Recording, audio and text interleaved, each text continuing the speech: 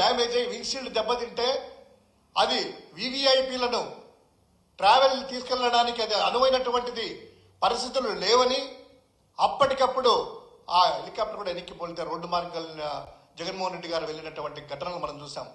ఆ రోజే వైఎస్ఆర్ కాంగ్రెస్ పార్టీ కావచ్చు, ప్రజాస్వామ్యవాదులు కావచ్చు, ఇటువంటి హై సెక్యూరిటీ ఉన్నటువంటి పర్సన్కి సిబ్బందిని కూడా ఏర్పాటు చేయకుండా, పోలీసులు కనీసం కూడా ఏర్పాటు చేయకుండా హెలికాప్టర్ మీదకి వెళ్ళడాన్ని, ఆ యొక్క సంఘటనలు చూసేసి ప్రజాస్వామ్యవాదులు అంతా కూడాను కూటమి యొక్క నాయకుల్ని కానీ కూటమి ప్రభుత్వాన్ని కానీ చాలా విమర్శించినటువంటి పరిస్థితులు కూడా మనం చూసాం. ఆ రోజు ప్రభుత్వం నుంచి నెక్స్ట్ డే ఇంత జరిగిన తర్వాత వైఎస్ఆర్ కాంగ్రెస్ పార్టీ ప్రజాస్వామ్యవాదులు ప్రశ్నిస్తే 1100 మంది భద్రత పెట్టాము అనేటువంటిది హోమ్ మినిస్టర్ గారు మిగతా వాళ్ళు అంటారు. అయ్యా 1100 మంది భద్రత ఉంటే హెలికాప్టర్ దగ్గరికి జగన్మోహన్ రెడ్డి గారి దగ్గరికి ఇంతమంది జనాలు ఎలా వెళ్లారు అంటే 1100 మంది ఆ జనాల్ని కంట్రోల్ చేయలేక పోలీసు వ్యవస్థ ఫెయిల్ అయిందని పోలీసుల మీద ఏమన్నా మీరు చర్యలు తీసుకున్నారా? లేదే. ప్రోటోకాల్ ప్రకారము మాజీ ముఖ్యమంత్రి గారు కావచ్చు, Z+ కేటగిరీ ఉన్నటువంటి వారి వచ్చినప్పుడు 3 అంచెల భద్రతా వ్యవస్థ అనేటువంటిది ఏర్పాటు చేయాలి. ఆ 3 అంచెల భద్రతా వ్యవస్థలో 2+8 ఆర్మడ్ ఫోర్స్ ఇమ్మీడియట్ గా పెట్టడము, ఒకవేళ జనాలు ఎక్కువ అయితే 40 నుంచి 50 మంది 100 మీటర్ల సివిల్ ఫోర్స్ ని ఏర్పాటు చేయడము, ఇంకా జనసాంద్రత ఎక్కువ ఉన్నట్లయితే ఆ యొక్క రూట్ మ్యాప్ను బట్టి పోలీసులని రౌండ్స్ గా ఏర్పాటు చేయాలి. ఇవన్నీ కూడాను మీకు మాన్యువల్లో ఉంటది కదా. పోలీసు మాన్యువల్లో కావచ్చు, ప్రభుత్వానికి సంబంధించినటువంటి 3 అంచెల భద్రత వివిఐపీలు వచ్చినప్పుడు, Z+ కేటగిరీ వచ్చినప్పుడు, మాజీ ముఖ్యమంత్రులు వచ్చినప్పుడు ఏర్పాటు చేయాలనేటువంటి ప్రోటోకాల్లో కానీ మాన్యువల్ కానీ ఉంటది కదా. ఇవన్నీ మీరు పాటించారా? పాటిస్తే హెలిపాడ్ వరకు జనాలు ఎలా వస్తారు? తర్వాత దీన్ని పక్కన పెడితే ఈరోజు పోలీసుల యొక్క వ్యవస్థని, ఆ ప్రభుత్వ వైఫల్యాలని కప్పిపుచ్చుకోవడానికి ఆ రోజు కార్యక్రమానికి హాజరైనటువంటి ముఖ్యమైనటువంటి నాయకుల్ని, వైఎస్ఆర్ కాంగ్రెస్ పార్టీ నాయకులని, అదేవిధంగా మాజీ శాసనసభ్యులు తోపుదుర్తి ప్రకాష్ గారిని కావచ్చు, వారి సోదరులు కావచ్చు, వీళ్ళందరినీ కూడాను అక్రమంగా వీళ్ళే రెచ్చగొట్టారు, వీళ్ళే తీసుకెళ్లారు, వీరే హెలికాప్టర్ మీదకి అంతా కూడా జనాలు తీసుకెళ్లారనేటువంటిది ఉల్టా చోర్కోసులు అనేటువంటిది పెడుతున్నారు. ఇక మా నాయకుని చేయడానికి మేము హెలిప్యాడ్ దగ్గరికి వెళ్ళేసేసి జనాలను రెచ్చగొట్టి తీసుకెళ్తారా? కనీసం చెప్పడానికైనా ఉండాలి కదా. అదేవిధంగా ఒక వీడియో చూపిస్తాను. ఆ రోజు డిఎస్పీ గారు ఆ హెలిప్యాడ్ దగ్గర మన ప్రకాష్ గారిని, మాజీ శాసనసభ్యులు తీసుకొని అయ్యా ఈ జనాల్ని కంట్రోల్ చేయండి అనేసి వాళ్ళ మైక్ కూడాను హ్యాండ్ మైక్ స్పీకర్ ఆయన చేతికి ఇచ్చేసేసి కంట్రోల్ చేయండి అనేటువంటిది ఆ రోజు చెప్పారు. దాని ప్రకారము ఒక్కసారి ఇది చూడండి.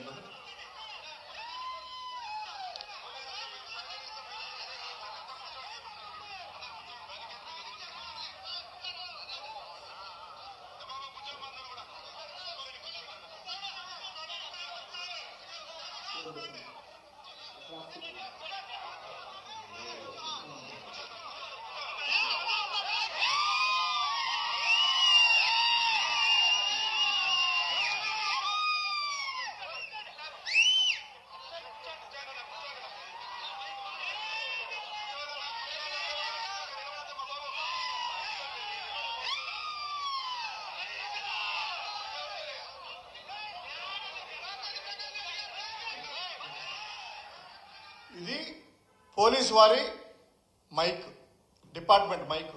డిఎస్పీ గారే ఈయనకిచ్చి కంట్రోల్ చేయమంటే నా మైక్ తీసుకొని వైఎస్ఆర్ కాంగ్రెస్ పార్టీ నాయకులు ఎవరైతే వచ్చారో జగన్మోహన్ రెడ్డి గారు చూడడానికి వాళ్ళందరినీ కూడాను కంట్రోల్ చేస్తూ, ఎవరు కూడాను హెలిప్యాడ్ దగ్గరికి వెళ్ళొద్దు, దయచేసి ఇక్కడే ఉండండి, కూర్చోండి అనేసి ఆ విధంగా కంట్రోల్ చేసిన వ్యక్తిని ఈరోజు మీ యొక్క ప్రభుత్వ వైఫల్యం చెంది లేదా ఉద్దేశపూర్వకంగా మీరు చేసినటువంటి ఆ చర్యకి అవన్నీ కప్పిపుచ్చుకోవడానికి ఇదే పోలీసులతో మరోసారి రివర్స్లో తోపుదుర్తి ఆయన మీద ఆయన సోదరుల మీద కేసులు పెట్టడము, అక్రమంగా పెట్టినటువంటి ఆ కేసులకి న్యాయపరంగా మేము న్యాయస్థానాలకు వెళ్ళేసి ఆ యొక్క న్యాయస్థానానికి అప్రోచ్ కావడం జరిగింది.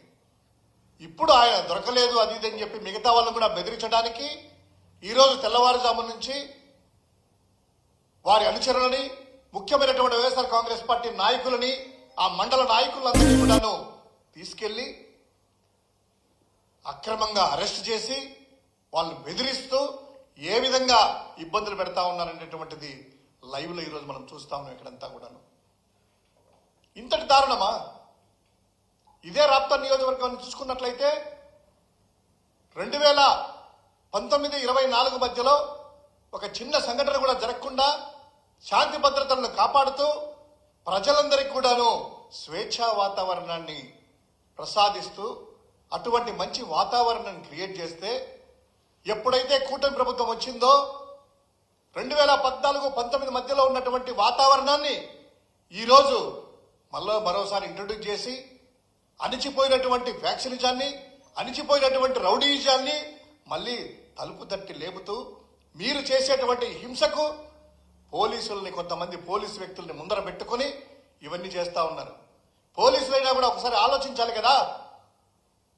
ఈ యొక్క ఘటనలు ఎవరైతే దగ్గరుండి ప్రోత్సహిస్తున్నటువంటి కొంతమంది పోలీసు సోదరులు, అందరినీ కాదు, కొంతమంది పోలీసు సోదరులు ఎవరైతే ఉన్నారో, ఈ విధంగా అక్రమ కేసులు మీకు అన్నీ తెలిసి కూడా, అక్కడ ఏం జరుగుతుందో వాస్తవ పరిస్థితులు తెలిసి కూడా అక్రమంగా ప్రతిపక్షాలను, ప్రతిపక్ష నాయకుల్ని ఈ విధంగా అక్రమ కేసులు పెట్టి వేటాడము, వెంబడించడం అనేటువంటిది ప్రజాస్వామ్యానికి చాలా ప్రమాదఘటికలు. దయచేసి ఇటువంటి వాతావరణాన్ని ఎంకరేజ్ చేసేటువంటి ఏ వ్యవస్థను కానీ, ఏ అధికారులను కానీ ప్రజాస్వామ్యంలో శిక్ష అనుభవించక తప్పదు. ఖచ్చితంగా ఇటువంటి వాళ్ళను ఎవరైతే అనైతిక చర్యలు పాటిస్తూ అనైతికంగా, అక్రమంగా కూటమి నాయకుల చేతుల్లో ఉండి వాళ్ళ బందీలుగా ఉండి వారు చేసినటువంటి ఏ ఒక్కరిని కూడాను వదిలిపెట్టే ప్రసక్తే లేదు. ఖచ్చితంగా 2029 ఎన్నికల నాటికి ప్రజల్లో కూడాను పూర్తిగా ఇప్పుడే చైతన్యం వచ్చింది. ప్రజాస్వామ్యంలో ఇటువంటి చర్యలని ఎవరు కూడా ఒప్పుకోరు. 29 ఎన్నికల్లో ఖచ్చితంగా వైఎస్ఆర్ కాంగ్రెస్ పార్టీ తిరిగి ఘనమైనటువంటి అధికారంలోకి వస్తుంది. వచ్చిన తర్వాత శాంతి భద్రతలను కాపాడమే కాకుండా, స్వేచ్ఛా స్వాతంత్రాలను ప్రసాదించడమే కాకుండా, ఇటువంటి అనైతిక చర్యలకు పాల్పడేటటువంటి ఏ అధికారులను కూడా, అనైతిక చర్యలు కానీ అక్రమ పద్ధతుల్లో ప్రవర్తించేటువంటి ఎవరిని కూడాను వదిలిపెట్టే ప్రసక్తే లేదు అని వైఎస్ఆర్ కాంగ్రెస్ పార్టీ మరోసారి హెచ్చరికలు జారీ చేస్తా ఉంది. మంచి చేయండి. ఈరోజు ఏదో పాపము పొరపాటున ప్రజలందరూ కూడాను మీ యొక్క సూపర్ సిక్స్లు ఇస్తారు, లేదా ఇది ఇస్తారు, అబద్ధ హామీలతో నమ్మి వంచి మోసం చేసి వారి ఓట్లు పొంది ఈరోజు అధికారంలోకి వచ్చి ఉండవచ్చు. ఇప్పటికీ అడుగుతున్నారు ఎక్కడికి వెళ్ళినా కూడాను, మా సూపర్ సిక్స్ ఎక్కడయ్యా, మా ఉచిత బస్సు ఎక్కడయ్యా, మా ఇది ఎక్కడయ్యా, కనీసం మా రైతు బంద్ ఎక్కడయ్యా, రైతు సంబంధించింది రైతు భరోసా ఎక్కడ, తల్లికి వందనం ఎక్కడ, 1 ఇయర్ అయింది, 1 ఇయర్ చేశారు. అదేవిధంగా లక్షల కోట్లలో అప్పులు చేస్తున్నారు, ఏమైంది అనేటువంటిది ప్రజల్లో చర్చ వచ్చిన ప్రతిసారి ఈ విధంగా అనగదొక్కే చర్యల్లో మీరు పాల్పడుతున్నారు. ఇది మంచి పద్ధతి కాదు. ఇది ఎవరు కూడా హర్షించనేటువంటిది మరోసారి మీ అందరికి కూడా తెలియజేస్తా ఉన్నాను. కూటమి నాయకులకు కావచ్చు, అధికారులకు కావచ్చు.